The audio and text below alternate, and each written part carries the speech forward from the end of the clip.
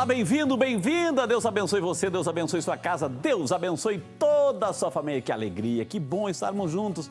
Que vontade grande, em nome de toda a nossa equipe, de poder abraçar você e desejar muita paz, muita vida, muita qualidade de vida, muita saúde. E por falar em saúde, é claro, minha gente, já começou, está no ar, ao vivo e em cores, para todo o Brasil, o nosso programa Vida e Saúde, o programa que tem essa marca registrada, a união sempre entre a ciência médica e a espiritualidade. Aqui no Vida e Saúde, fé e medicina, minha gente, caminham sempre juntas. Já se encontra aqui nos estúdios do Vida e Saúde o doutor Davi Pinheiro Cunha, médico oncologista, formado em oncologia clínica pela Unicamp, realizou estágio no Serviço de Oncologia e Pesquisa Clínica em Chicago, nos Estados Unidos. Ele é membro titular da Sociedade Americana de Oncologia Clínica, oncologista do Hospital da PUC Campinas, onde desenvolve a supervisão dos residentes, como membro do grupo SONI e do grupo SACI Oncologia e Hematologia. Dr. Davi é oncologista do Hospital Vera Cruz, do Instituto Radium de Campinas e do Hospital Santa Teresa. Olha, você prestou atenção em quem está aqui, gente? Se tem alguém nesse planeta que entende do Outubro Rosa, está aqui hoje, viu, gente? Então, é a nossa oportunidade de interagir, perguntar, avise o seu vizinho, avise a sua vizinha. Outubro Rosa, saúde da mulher, prevenção de câncer de mama, tudo isso nós vamos falar hoje abertamente para você ter todas as informações esclarecidas. E é claro, como é que você participa? Pelo telefone 19 3871 9620, 19 3871 9620, pelo WhatsApp também, 19 99765 5600, para você também interagir conosco, viu? A nossa superprodução preparou uma matéria, nós queremos convidar você a assistir conosco para darmos início ao nosso bate-papo com o Dr. Davi sobre Outubro Rosa. Portanto, sejam todos bem-vindos, avise o seu vizinho, avise a sua vizinha, o programa já começou e vamos à matéria. A Organização Mundial da Saúde, OMS, fez uma projeção de 27 milhões de novos casos de câncer para o ano de 2030 em todo o mundo e 17 milhões de mortes pela doença. Os países em desenvolvimento serão os mais afetados, entre eles o Brasil. No nosso país, a idade é o principal fator de risco. O número de casos aumenta de forma acelerada após os 50 anos. Sua ocorrência está relacionada ao processo de urbanização da sociedade, evidenciando maior risco de adoecimento nas mulheres com elevado nível socioeconômico. Muito bem, essa matéria introdutória, temos muito matérias que a gente vai colocar aqui durante o programa, viu? Mas agora, é claro, vamos acolher o nosso super convidado de hoje, doutor Davi Pinheiro Cunha, do médico oncologista. Doutor, depois desse currículo todo aqui, fiquei meia hora lendo, doutor, assim, certamente tem muito mais. Mas seja muito bem-vindo, que honra recebê-lo aqui nos estúdios do Vida e Saúde, doutor. Né? Obrigado, Frei, boa noite a todos e eu que agradeço o convite e é um prazer bater um papo sobre esse assunto tão importante. Tenho certeza que, como sempre a gente diz aqui, doutor, as pessoas elas costumam aumentar um pouquinho o volume do televisor porque não querem perder nenhuma de suas explicações, viu? Doutor, quando a gente fala assim de Outubro Rosa, é um outubro que, na linguagem popular, emplacou? Ou seja, veio a maior porque é a bandeira da consciência, da prevenção do câncer de mama. Ou seja, hoje a sociedade brasileira, quando fala-se Outubro Rosa, já existe essa consciência ou ainda está engatinhando? Não, com certeza sim. Né? O Outubro Rosa, hoje, ele é conhecido como um mês de informação sobre o câncer de mama. Né? E a informação principalmente voltada ao diagnóstico precoce e também aos métodos de prevenção.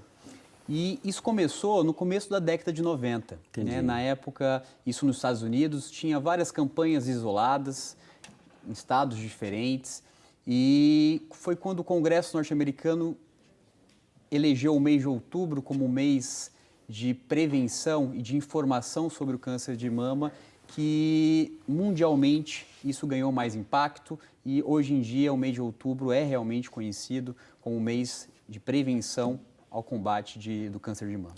Quando a gente fala assim, Outubro Rosa, é só o câncer de mama ou ele engloba a saúde da mulher como um todo, doutor?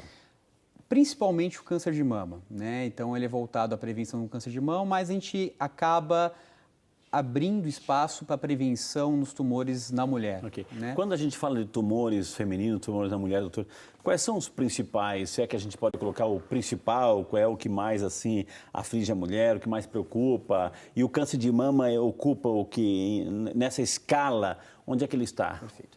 Então assim, o câncer de mama no mundo e no Brasil ele é o câncer mais frequente na mulher e é o câncer que mais causa morte relacionada ao câncer na mulher. Tá no top, primeiro. Então, ele é o primeiro câncer de incidência e também de mortalidade. E é por isso que ele é tão importante, por isso que ele é tão falado. E depois a gente tem outros cânceres na mulher, como o câncer de colo de útero, principalmente no Brasil. Então, só para esclarecer um pouco algum detalhe, o câncer de mama, praticamente no Brasil inteiro, ele é o mais frequente. O único local que o câncer de colo de útero ainda é um pouco mais frequente é na região norte. Né? Isso está relacionado também a um pouco a questão de acesso aos métodos de prevenção e ao acesso aos métodos diagnósticos. Entendi. Né? E relacionado talvez a essa dificuldade, aumenta um pouco o câncer de colo de útero, mas fora da região norte, com certeza o câncer de mama é o mais frequente. Por que é o câncer de mama? Por que a mama, doutor? Por que esse órgão? Por que ela é mais vulnerável? Por que ela é mais fragilizada? Por que a mama? Assim, porque a mama não tem uma explicação clara, né? Assim, a gente sabe que alguns fatores estão relacionados ao câncer de mama. O principal dele é ser mulher, né? Então, assim, a cada 100 mulheres com diagnóstico de câncer de mama, tem um homem com câncer de mama. Okay. Então, assim, a gente tem que saber que o homem também pode ter câncer de mama, mas, lógico, a mulher é 100 vezes mais frequente. Além disso, idade, né? Então, a idade é um outro fator importante e a gente vê que cada ano que passa, nessas últimas décadas, um aumento importante no diagnóstico e na incidência do câncer de mama, talvez relacionado aos hábitos de vida do mundo moderno. Essa questão, doutor, assim, porque sabe-se que na mulher tem o período da menopausa, a questão hormonal, etc. Isso também contribui para o aparecimento, essa mudança, essa transição de etapas na mulher, de uma nova fase da sua vida, doutor? Sim, a gente sabe que o câncer de mama está relacionado com maior idade, né? E não diretamente relacionado com a menopausa. Entendi. Né? A gente sabe até que mulheres que têm a primeira menstruação precoce e a última menstruação tardiamente, essa mulher tem maior risco de câncer de mama. Então, ela passou por um período mais prolongado de exposição ao estrógeno, que é um desses ciclos menstruais que são fatores de risco. Né? Então, não quer dizer que é pós-menopausa, o pós-menopausa que é o fator de risco principal. É sim a idade e o período de exposição ao fator de risco. O senhor citou assim que o nosso estilo de vida hoje, com esse estresse, essa carga emocional, a luta pela sobrevivência, ou seja, a mulher, antigamente a gente sabe que era a dona da casa, o marido, o provedor, que vinha hoje pela necessidade, ambos estão trabalhando e às vezes a mulher, aquela jornada tripla dentro de casa em ver. E tudo isso está colaborando, doutor, também para não só para o câncer de mama, mas também a saúde da mulher como um todo? Com certeza. Então, assim, alguns fatores importantes para o risco maior de câncer de mama. Quantidade de filhos. Né? Então, hoje, a mulher no mercado de trabalho acaba tendo menos filhos. E aí, quanto menos filhos, quanto menor quantidade de amamentação, isso aumenta o risco. Opa, um dado interessante. Quanto menos filho, não é a regra geral, mas é uma possibilidade maior. Sim. É isso? E também a questão da amamentação é importante, okay. É um fator de proteção. Outro fator importante é a questão de dieta, né? Obesidade, exercício físico. Então, a gente sabe que obesidade é fator de risco, falta de exercício físico também é fator de risco. Então, esse mundo moderno, com menos filhos, com menos tempo para fazer atividade física, dietas hipercalóricas, isso tudo contribui para uma maior incidência do câncer de mama. Nós preparamos, diretor, algumas telas, é isso, né? O senhor está citando fatores de risco ali, eu estou lendo aqui, doutor, fatores ambientais e comportamentais. O senhor falou obesidade, né, e sobrepeso após a menopausa, sedentarismo, né, não fazer exercício, o senhor acabou de falar, consumo, por que o consumo de bebida alcoólica que está colocando ali também é uma incidência, um risco maior? Então? Isso é interessante, tem alguns estudos que mostram quanto maior o consumo de bebida alcoólica, maior o risco de câncer de mama. Né? Então, assim, está relacionado com a quantidade e o tempo de hábito do etilismo. Então, a gente sabe que pessoas que ingerem menos álcool têm menor risco de ter câncer de mama. Uns outros fatores que está escrito ali, doutor, exposição frequente a radiações ionizantes, raio-x. Ou seja, essa exposição pode desencadear, doutor? Pode. Muito menos frequente, o Ok. impacto disso, a magnitude disso é muito menor, né? Mas a gente já sabe que a exposição frequente a exame de imagens, isso aumenta um pouco o risco, mas é um risco discreto, não é uma coisa que a gente considera como os principais fatores de risco. Também tem os fatores da história reprodutiva e hormonal. Ali está dizendo assim, primeira menstruação antes de 12 anos, doutor, também é um fator? Isso. Então, sim, menstruação precoce e também menopausa tardia. Esse período todo que você tem exposição a esses ciclos menstruais, ao estrógeno, isso aumenta realmente o risco de câncer de mama. Então, de uma certa forma, a gente pode classificar esses riscos em torno de riscos que a gente pode modificar durante a vida e esses riscos que é inerente a gente nasce com esses riscos. Então, como comentamos, obesidade, fator de risco, talvez a gente consiga intervir nisso com claro, dietas. claro. Atividade física é um fator protetor, então a gente pode intervir. Dá para correr atrás. A questão, quantidade de filhos, a gente não vai incentivar que todo mundo saia tendo filhos, mas a gente sabe que isso também é uma coisa que a gente consegue modificar. E tem fatores de risco que a gente não consegue modificar, né? Então, a questão da menstruação. Primeira menstruação precoce, menos de 12, 13 anos, é fator de risco, mas isso a gente não consegue modificar. Entendi. E a menopausa tardia também não. Primeira gravidez após os 30 anos, eu estou lendo daqui, doutor, mais um fator de risco, por quê? Exatamente. A questão da gravidez, a gente relaciona-se com a questão do ciclo menstrual e a quantidade de período que você tem exposição ao estrógeno. Quando você fica grávido, você não tem esses ciclos e não tem essa oscilação na exposição. Então, isso diminui, quando mais precoce você tem um filho, ou quanto maior a quantidade, menor é o seu risco de câncer de mama. Aí o senhor acabou de comentar, não ter amamentado também pode estar mais ou menos correlacionado aí, né? Correlacionado. Agora, doutor, a gente sabe que com o passar do tempo, enfim, algumas pessoas podem desenvolver pelo corpo inteiro aquelas famosas gordurinhas localizadas ou lipomas, enfim, né?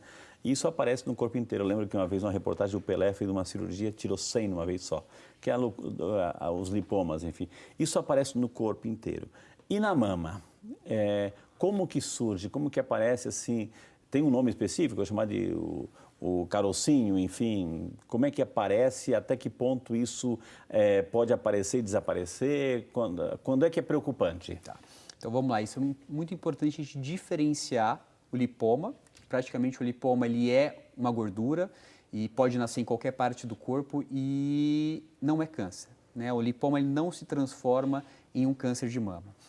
Então o lipoma é uma entidade. O câncer de mama, ele é formado por alguns nódulos, né? E a mulher tem a predisposição de formar essas células perdem o controle de crescimento, de desenvolvimento e cresce de uma forma desordenada.